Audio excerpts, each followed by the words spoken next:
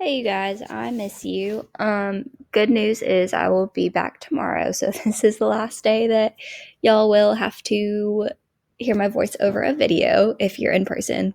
Um, so today we're talking about solving percentages, and this is something that we should be getting really, really good at because we've done this probably 3 or 4 times this year. So it should be a review, but we're going to go back over it because you're going to keep seeing these, and these are also really important for real life. Okay, so when you're given a percentage problem, when you're asked to find a percentage. So basically, if you see a percent sign or the word percent in the problem, you are solving a percentage problem. So what you're going to do is you're going to set up a proportion. Okay, so remember the format for percentage problems is percent over 100 equals part over whole. And since this is a proportion, which we've been working with, you're always going to have a missing part to this. Okay, so one of these things is going to be an x or a variable.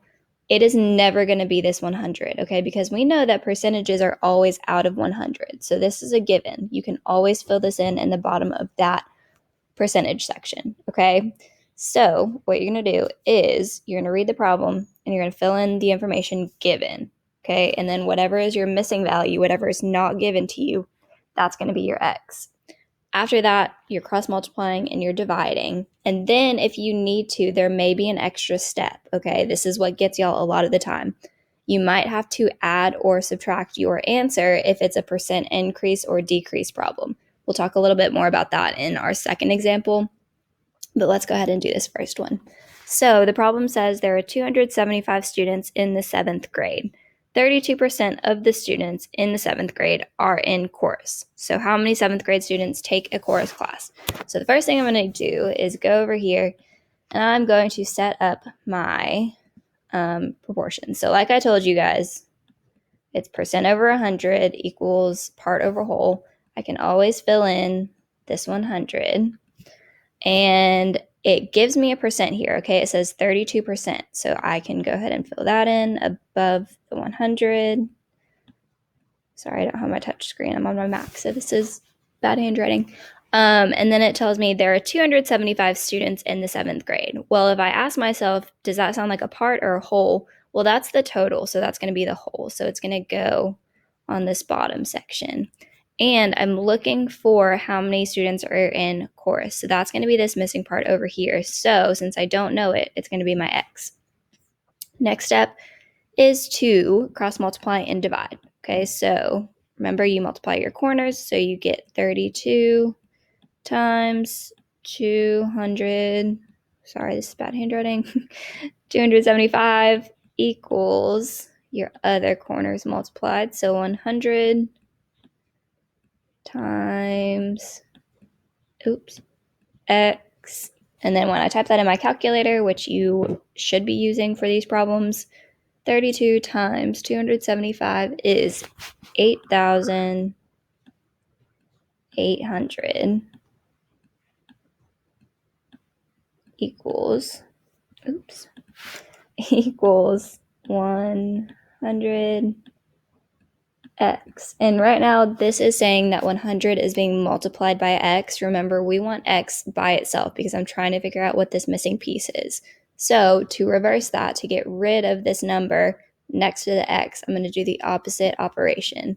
So the opposite operation of multiplication is division. So I'm dividing out 100 on both sides. So when I do that, I get my x equals 88.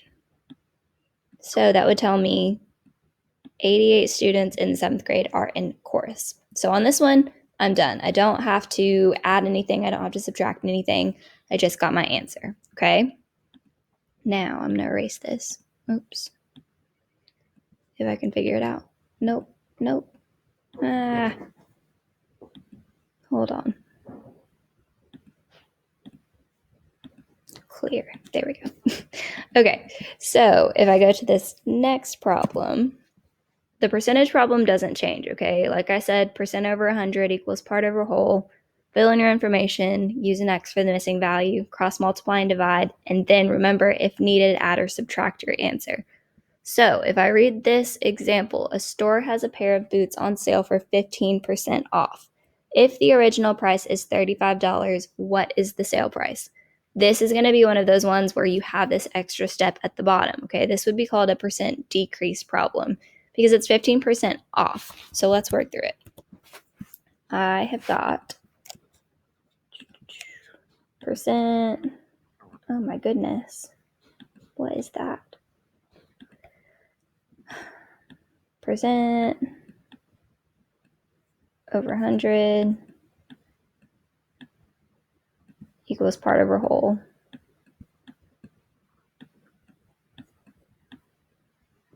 Okay, so I can fill in my information. Percent it gives me 15%.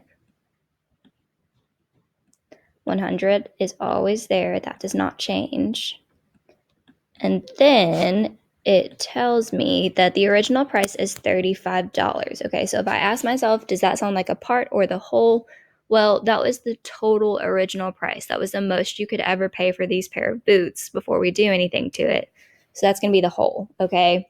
Original prices are always the whole in this proportion. So 35, I could put the decimal 00, but that's too much work and it's the same number if I don't have them, so I'm just going to leave it.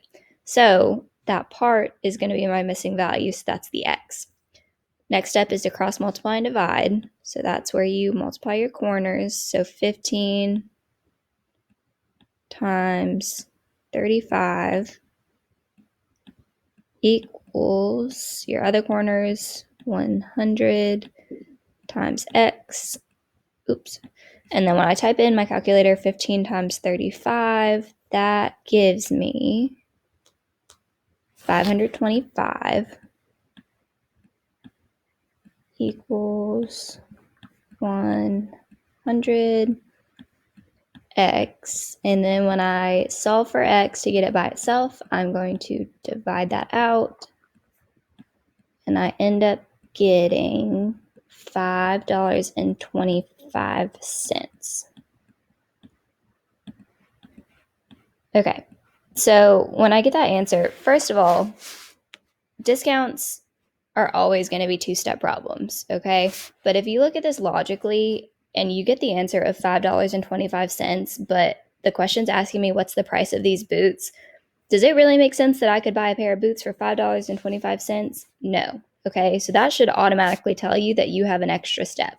But you should also know in the back of your head, anytime you are doing something that has a discount, you should be having two steps. You should be taking that answer you get for X, and if it's a discount, you're subtracting it from the total. Remember, the total was 35.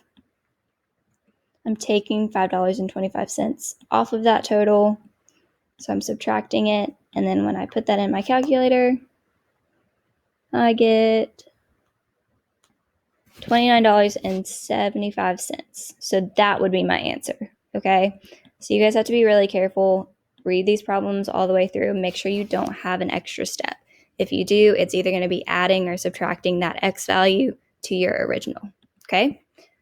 And that is it.